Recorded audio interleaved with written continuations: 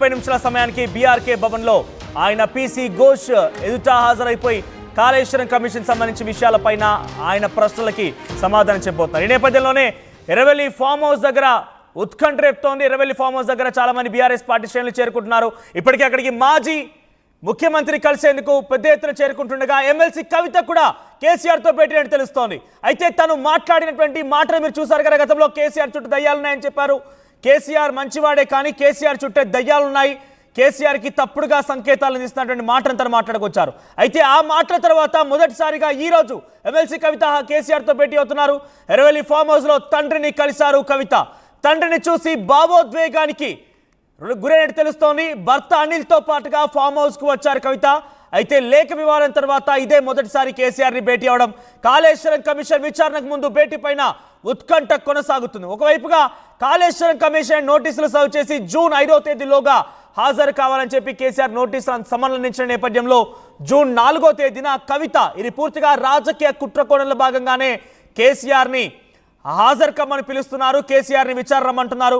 కాబట్టి దీనికి వ్యతిరేకంగా నేను నిరసన చేపడుతున్నానని చెప్పి జూన్ 4వ తేదీన ఇందిరాపార్క్ దగ్గర తెలంగాణ జాగృతి పేరుతో నిరసన కార్యక్రమాన్ని పిలుపునిచ్చారు కవిత. ఒకరోజు నిరసన కార్యక్రమాన్ని చేపట్టారు. అయితే అప్పుడు చాలా పెద్ద ఎత్తున సంచలనం రేపింది. బీఆర్ఎస్ పార్టీకి సంబంధించి ఒక నాయకుడు పాల్గొనలేదు. బీఆర్ఎస్ పార్టీ మాజీ మంత్రులు, మాజీ ఎమ్మెల్యేలు, ప్రజాప్రతినిధులు ఎవరు కూడా హాజరు కాలేదు. అయితే కేసీఆర్ విషయంలో నోటీసులు ఇస్తే మీరు వెళ్ళి సంబరాలు చేసుకుంటారా అంటూ కూడా ఒక రకంగా కేటీఆర్ను ఉద్దేశించి డల్లాస్ పర్యటన కూడా పరిగణలోకి తీసుకొని తను మాట్లాడుకొచ్చారు. ఒకవైపు మన అధినేత కేసీఆర్ని కాళేశ్వరం కమిషన్ విచారణకు రమ్మంటే మీరేమో పండగలు చేసుకోవడానికి అమెరికా పర్యటనకు వెళ్తారా, ఇదేంటి, ఇది సబబేనా అంటూ కూడా క్వశ్చన్ చేశారు ఆవిడ. సో ఇవన్నీ వ్యాఖ్యల తర్వాత మొదటిసారిగా కేసీఆర్ని కవిత భేటీ అవడం ఉత్కంఠ రేపుతోంది. అయితే కాన్వాయ్తో హైదరాబాద్కు కవిత, హరీష్ రావు కూడా కేసీఆర్తో పాటుగా వచ్చే అవకాశం కనబడుతోంది. అయితే ఫామ్ హౌస్కు కేటీఆర్ కొడుకు హిమాంశు కూడా చేరుకున్నారు.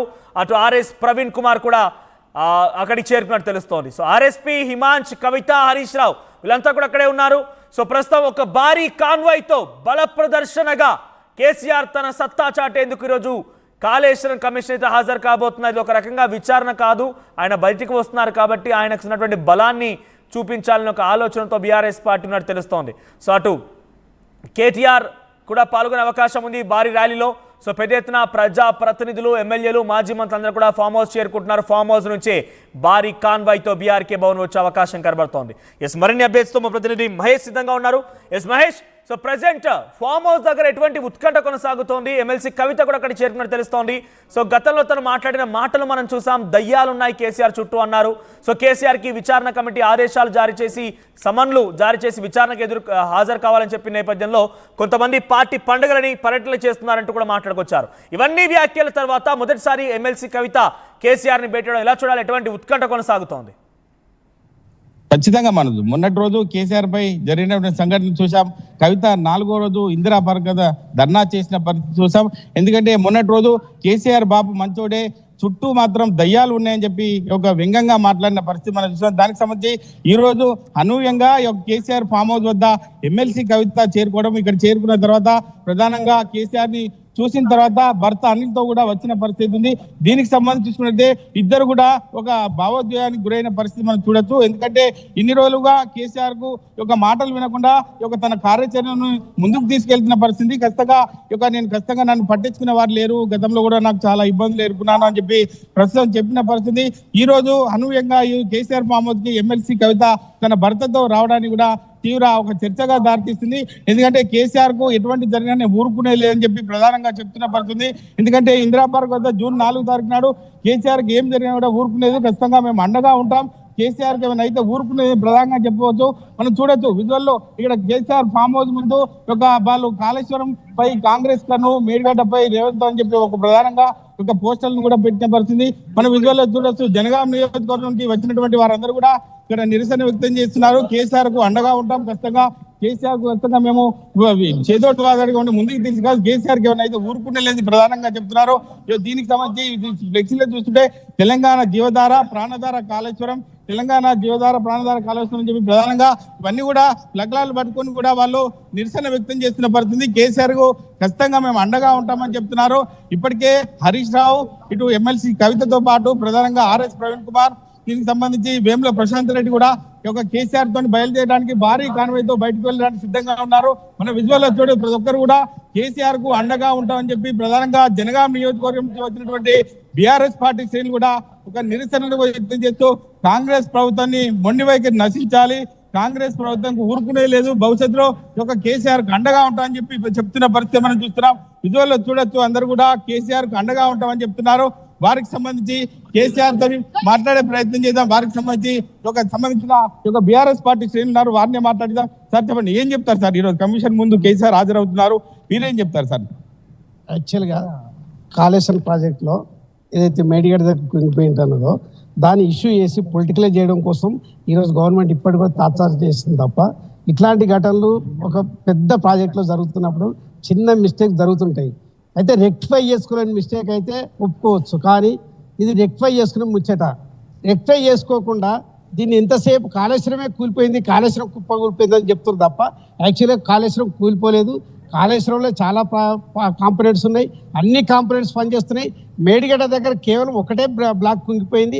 ఆ బ్లాక్ను ఉండంగా కూడా ఈవెన్ మేము ప్రత్యక్షంగా అందరం చూసినాం, ఆ బ్లాక్ కుంగిపోయిన నీళ్లు బ్రహ్మాండంగా పోతున్నప్పుడు లిఫ్ట్ చేయడానికి బ్రహ్మాండ స్కోప్ ఉంది. ఆ స్కోప్ను ఉపయోగించుకుంటే మళ్ళీ సేమ్ గవర్నమెంట్కి మనం చెప్పడానికి ఫెయిల్యూర్ దొరకదని చెప్పి ఆ పోతున్న నీళ్ళను అట్లే వదిలిపెట్టారు తప్ప లిఫ్ట్ చేయకపోవడం వల్ల గత వేసవిలో ప్రజలు ఎంత తీవ్రంగా నీటి కొరత ఎదుర్కొన్నాం చూసినాం. బోరు వెల్స్ మొత్తం మనకు గ్రౌండ్ వాటర్ టేబుల్ పెరిగిన గ్రౌండ్ వాటర్ టేబుల్ అంతా డౌన్ అయిపోయింది. అంటే యాక్చువల్గా నిజంగా చేయాలనుకుంటే 3 నెలలు 2 నెలల మెడికల్ రిపేర్ అయ్యేది.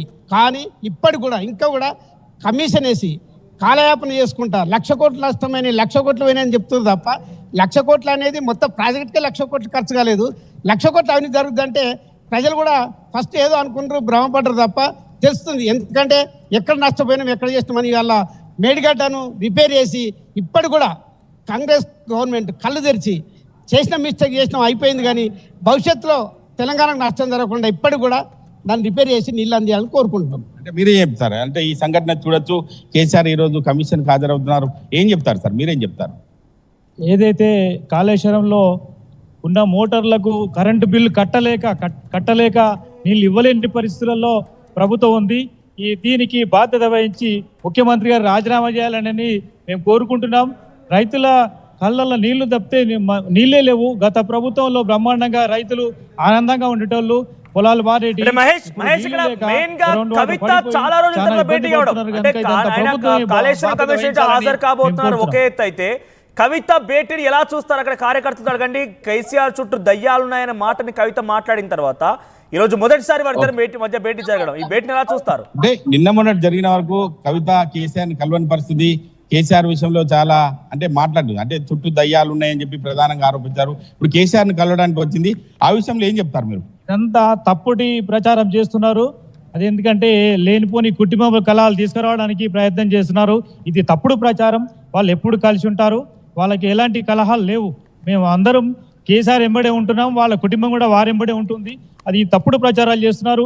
ఆ తప్పుడు ప్రచారం ఇప్పటికైనా మానుకోవాలని మేము చెప్తున్నాం. దయచేసి కళాఖండిగా పార్టీ పెడతా అని చెప్పి కవిత చెప్తున్న పరిస్థితి, దానికి సంబంధించి అంటే ఏం చెప్తారు? కవిత విషయంలో మీరేం మాట్లాడతారు? కవిత గారి విషయంలో అది దుష్ప్రచారం తప్పితే ప్రచారం కాదంటున్నాం మేము.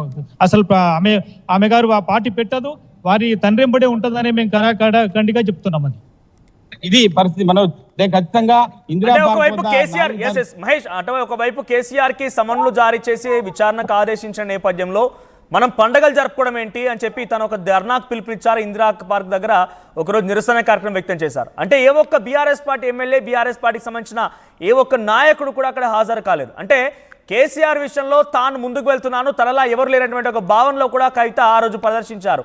సో ఆ మాటను ఎలా చూస్తారు బీఆర్ఎస్ పార్టీ కార్యకర్తలు? ఖచ్చితంగా మనదు అంటే ఇప్పటికీ మన కవిత పెట్టినటువంటి పార్టీకి సంబంధించి ఇందిరా పార్క్ దగ్గర చేసిన ధర్నాకు సంబంధించి బీఆర్ఎస్ పార్టీ శ్రేణులు ఎవరు కూడా పోలేదని చెప్పి ప్రధానంగా కూడా మనము చూసాము. కానీ ఇప్పుడు ఖచ్చితంగా కేసీఆర్ వెంటే కవిత ఉంటుంది, అందులో అంతర్గతంగా ఎటువంటి విభేదాలు లేవు, ఖచ్చితంగా కేసీఆర్ వెంటే కవిత ఉంటుందని చెప్పి ప్రధానంగా కార్యకర్తలు కూడా భరోసా నింపుతున్న పరిస్థితి. ఖచ్చితంగా మేము కూడా కేసీఆర్ వెంటే ఉంటాం, ఎందుకంటే ఎన్నో ఏళ్ల కలగా తెలంగాణ రాష్ట్రాన్ని సిద్ధించిన పరిస్థితిని చూసాం. కానీ మాజీ ముఖ్యమంత్రి కేసీఆర్ గత 10 ఏళ్లలో ఇచ్చినటువంటి వాగ్దానాలు కూడా నెరవేర్చిన పరిస్థితి. కానీ వచ్చినటువంటి ఒక కాంగ్రెస్ ప్రభుత్వం 2 సంవత్సరాల లోపే కూడా ఇటువంటి అనర్థాలకు దారితీస్తుంది. రైతుల్లో సంబంధించి కావచ్చు, ప్రజల్లో వ్యతిరేకత వస్తుందని చెప్పి ప్రధానంగా చెప్తున్న పరిస్థితి. ఇచ్చిన 6 గ్యారంటీలు కావచ్చు, 470 హామీలు కావచ్చు, నెరవేర్చే దిశగా ప్రజలకు దగ్గర కావాలి తప్ప ఇట్లా కమిషన్ల పేరు మీద ఒక విచారణకు హాజరయ్యే విధంగా లేఖలు సంధించడాన్ని మేము తీవ్రంగా తప్పుపడుతున్నాం. కేసీఆర్ వెంటే ఖచ్చితంగా మేము ఉంటామని చెప్పి ప్రధానంగా ఇటు జనగాం నుంచి వచ్చినటువంటి బీఆర్ఎస్ పార్టీ శ్రేణులు కూడా ఘంటాపథంగా చెప్తున్న పరిస్థితి. ఏది ఏమైనప్పుడు కేసీఆర్ వెంటే